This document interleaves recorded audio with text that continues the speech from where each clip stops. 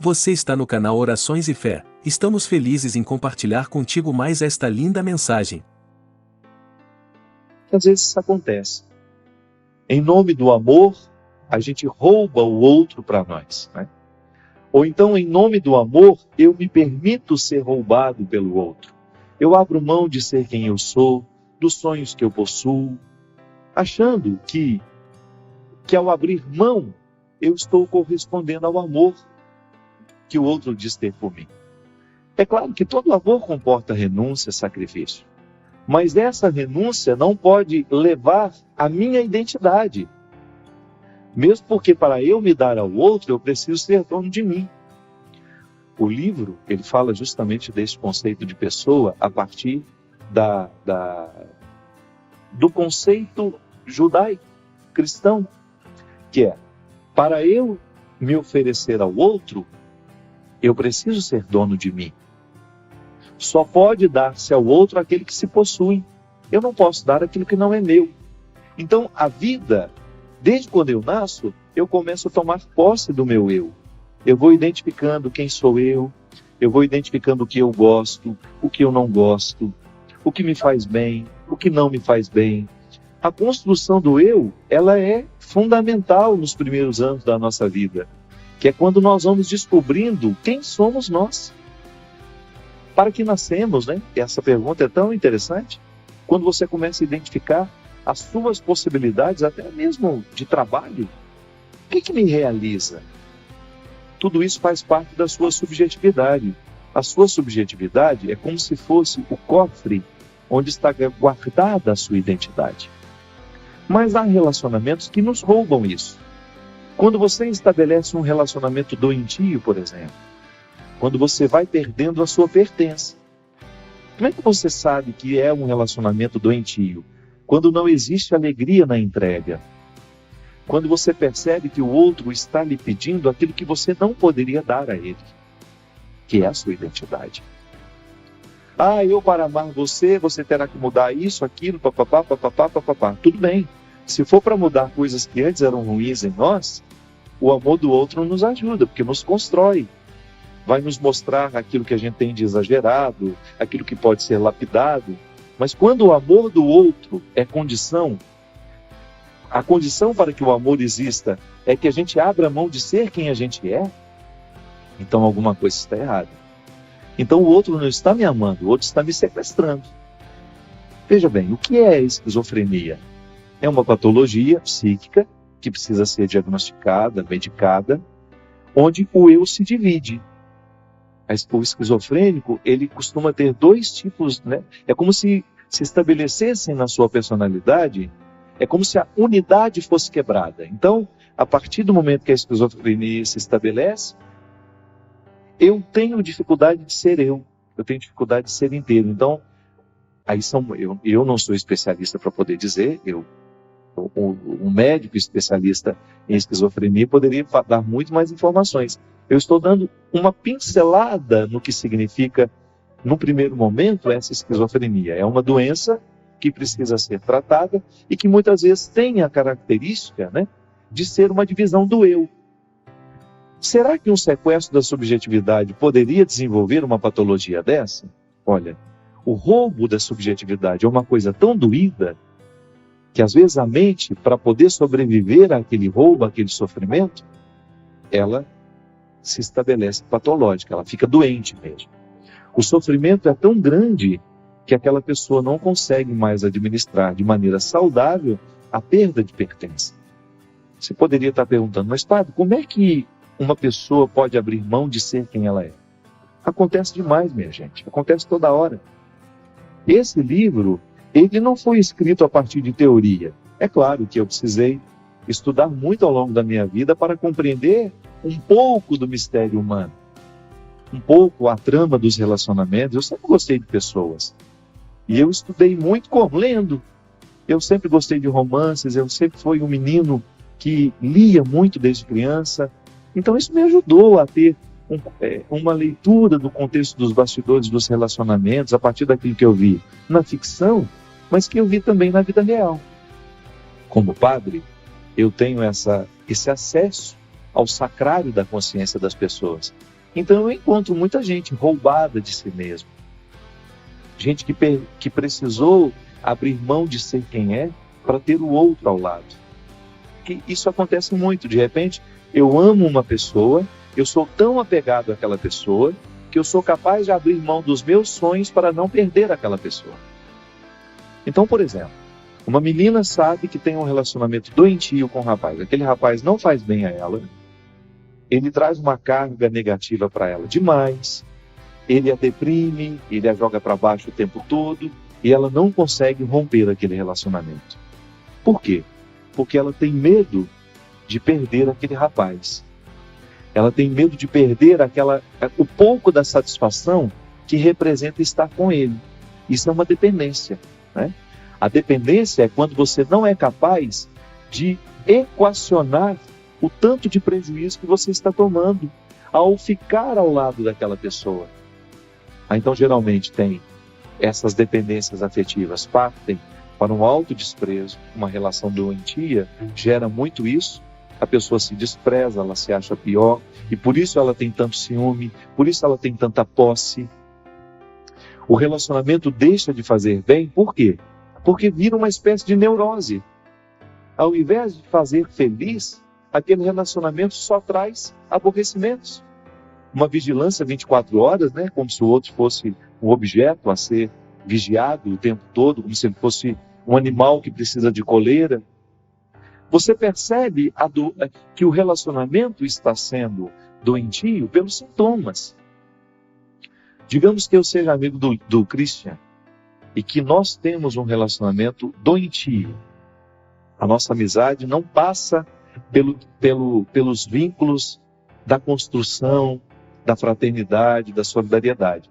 Digamos que nós sejamos amigos e que nós somos dependentes um do outro e que nós vivemos um com o outro uma espécie de disputa. Então, sempre que eu puder alfinetar o Christian, eu vou alfinetar. Sempre que eu puder desprezá-lo publicamente, eu vou desprezar. Aí depois eu vou, corro, peço perdão, faço isso, faço aquilo. Mas depois, logo em seguida, volto a fazer o mesmo. Veja bem, eu acabo tendo um relacionamento doentio e começo a fazer mal com esse amor que eu digo sentir pelo meu amigo Christian. Quando a gente não tem condições de quebrar o vínculo, a gente precisa de ajuda. Quando a gente não tem coragem de assumir o sofrimento que vai ser causado por aquele rompimento, que essa dependência me faz querer ter o Cristo perto de mim o tempo todo. Mas como é uma relação doentia, ela não é positiva. Então a gente vai ficar o tempo todo vivendo, se alfinetando, se machucando, porque nos falta a clareza para administrar essa dependência do jeito certo, colocar o pingo nos is e a gente poder viver as nossas individualidades e depois a gente se partilhar na amizade. O relacionamento, minha gente, ele só é positivo quando as partes se pertencem e depois elas se distribuem. Quando eu sou dono de mim, Cristo é dono dele, e quando nós nos encontramos, nós nos doamos num relacionamento de amizade. Às vezes, as doenças mentais, elas começam assim, em relacionamentos doentios, em perda de pertença.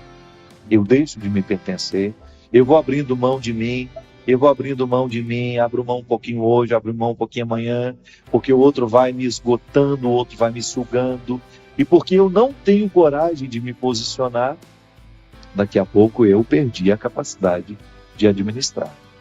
Então o outro torna-se proprietário dos meus afetos, ele começa a mandar na minha alegria. É tão triste quando você percebe que a sua alegria depende do outro e não de você. Alguma coisa está errada. Alguma coisa nós estamos errando. Em alguma coisa estamos errando. O outro, ele não é o responsável pela minha alegria. O outro até participa da minha alegria.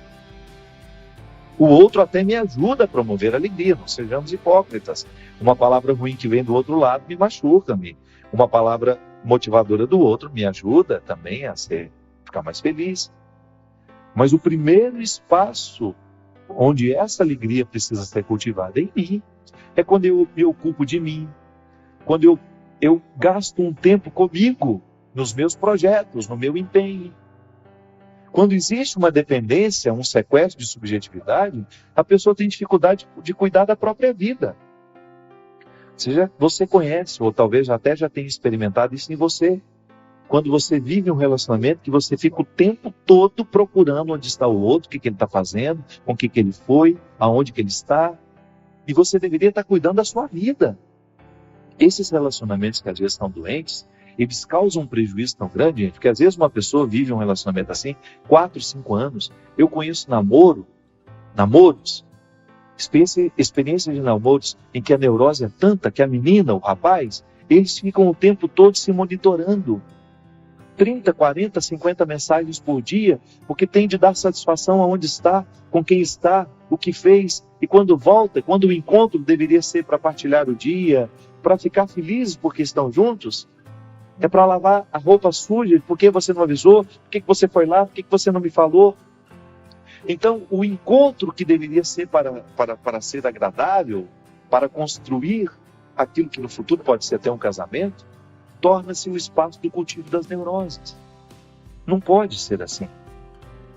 Se você percebe que você está preocupado demais com a vida do seu parceiro e esquecido da sua vida, alguma coisa está errada. Você precisa ter, primeiramente, a consciência de que a sua primeira responsabilidade não é o outro, é você mesmo. Porque você só pode cuidar do outro depois de ter cuidado de si. Um relacionamento que começa no outro não dá, isso é doente. Ah, padre, mas isso é um egoísmo? Não é não. Isso é o passo certo do relacionamento. Eu só posso dar um passo na direção do outro depois de ter conquistado os meus territórios. A verdadeira caridade só existe quando eu sou livre para amar, quando eu sou livre para doar. Eu não estou agindo por uma necessidade. Porque às vezes até a nossa caridade não é por amor, não, é porque a gente quer aparecer. Às vezes a nossa caridade está em torno do nosso espírito pavão. Eu preciso que o outro me veja, eu preciso que o outro me note, então eu faço caridade, eu faço isso, faço aquilo, mas aquilo é tudo vazio dentro de mim, não me preenche, não me faz feliz. Meu Deus do céu! A caridade que eu faço precisa estar em consonância com aquilo que eu sei sobre mim. É essa minha liberdade interior me motivando a conquistar cada vez mais os territórios que são meus, conhecendo os meus defeitos, as minhas possibilidades, para que depois eu dê um passo na direção do outro e faça o mesmo na vida dele. Ao invés de ser um sequestrador, eu quero ser um libertador. Eu não quero estabelecer relacionamentos de amizade em que eu faça um papel de sequestrado ou de sequestrador. Só tem sentido a gente estabelecer relacionamentos se for para a gente ajudar o outro a fazer a conquista dessa liberdade interior. É aquilo que a gente fala, né? A gente precisa de ter amigos que nos façam amigos de Jesus.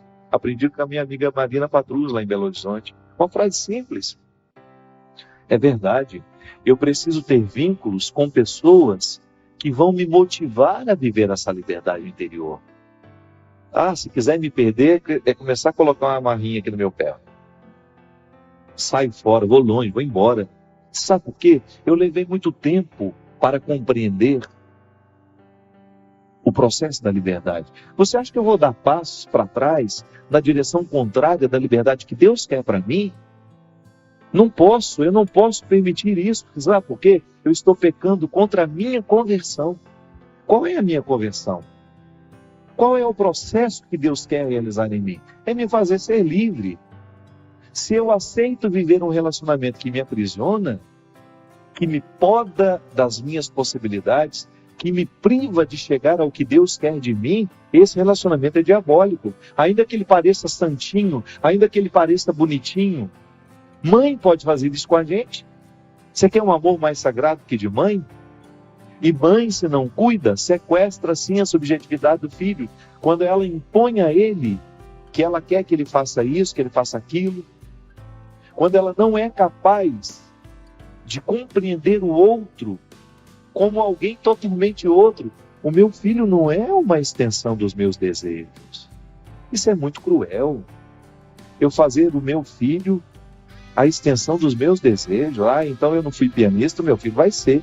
Mesmo que ele não tenha vocação para isso, o pobre do menino vai ficar lá dia e noite em cima do piano, aprendendo um instrumento que ele não gosta, porque a mãe quer que ele aprenda. Não. O amor é, antes de tudo, a investigação das possibilidades que o outro tem. Aí eu entro ali para promover. Se eu posso entrar na sua vida para lhe ajudar a alcançar a sua melhor parte, eu sou bem-vindo.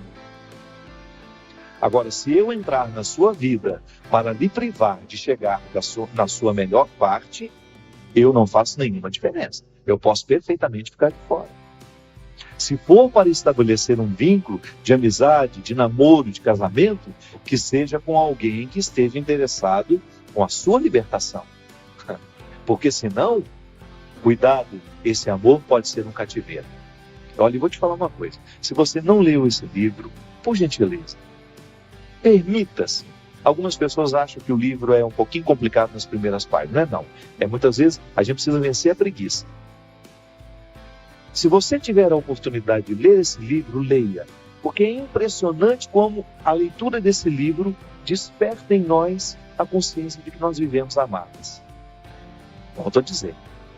Às vezes nós não estamos percebendo que estamos amarrados. É porque a gente acostumou com o cativeiro. No sequestro é assim. Chega um momento, depois de muito tempo de sequestro, a gente começa até a ficar amigo do sequestrador. O sequestro do corpo é assim. Você já observou? Já ouviu testemunhos de quem foi sequestrado? Depois de um tempo de sequestro, fica amigo do sequestrador, por uma questão de sobrevivência. Às vezes nós estamos assim dentro de casa, marido, mulher, mãe e filho, amigos. Um bando de gente sequestrada que é incapaz de provocar, de dar um grito de alforria e falar: chega, eu não quero viver essa escravidão. Se for para permanecer ao meu lado, se é para estar aqui ao meu lado, que seja para me ajudar a fazer o que Deus quer fazer em mim. Por favor, não venha ser um empecilho para a ação de Deus na minha vida. Isso, minha gente, é uma palavra que pode parecer dura e é necessária nos nossos dias. Precisamos ter coragem de delimitar um território e falar: olha, aqui, se quiser entrar, tira as sandálias dos pés, que meu coração não só está grande. Que Deus lhe ajude nesse processo, que ser livre dá trabalho, viu? Eu sei, estou vivendo o meu processo diariamente, e eu sei onde eu tenho que cortar, as arestas que eu tenho que cortar, as pessoas que eu tenho que manter uma certa distância, porque senão a gente fica território do outro. E o outro acha que tem o direito de fazer o que quer no coração da gente. Não é bem assim. Se você ainda não se inscreveu, inscreva-se agora. É só tocar no ícone aqui ao lado, ative as notificações do sininho, para receber um aviso toda vez que um novo vídeo for publicado. Que Deus lhe abençoe, hoje e sempre.